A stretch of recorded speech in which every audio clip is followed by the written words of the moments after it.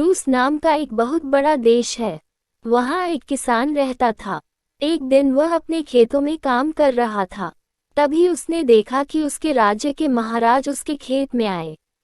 महाराज खड़े होकर देखने लगे कि वह कैसे जमीन में हल चला रहा है।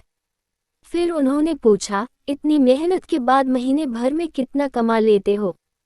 किसान ने आदर के साथ उत्तर दिया, 80 रूबल महाराज। महाराज ने पूछा, और इन 80 रूबल को खर्च कैसे करते हो?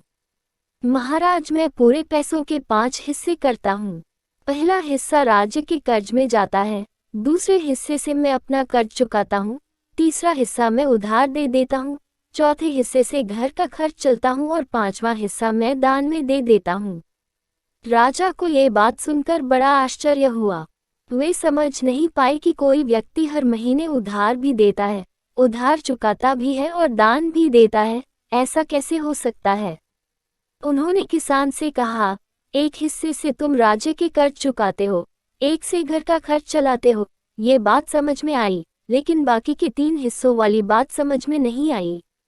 जरा ठीक से समझाओ। महाराज, मेरे पिताजी और माँ ने मुझे बड़ा किया, सब सिखाया।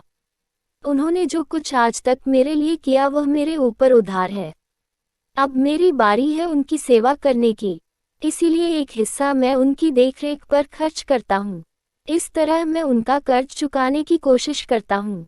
अब उधार देने वाली बात, मेरा एक बेटा है। आज मैं उसके खाने पीने की, पढ़ाई की और बाकी सारी ज़रूरतें पूरी करता हूँ। इस तरह मैं उसे उधार दे रहा हूँ।